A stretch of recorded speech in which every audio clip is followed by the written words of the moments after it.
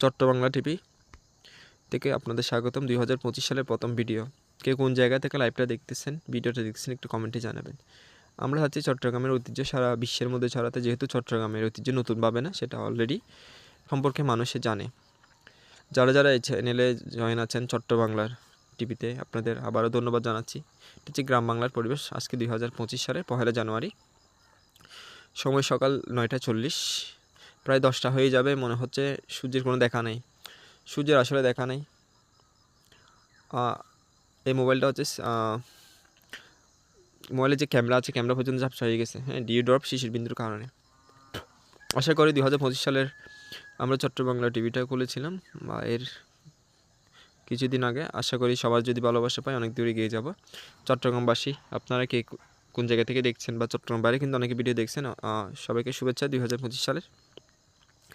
আশা করি সামনে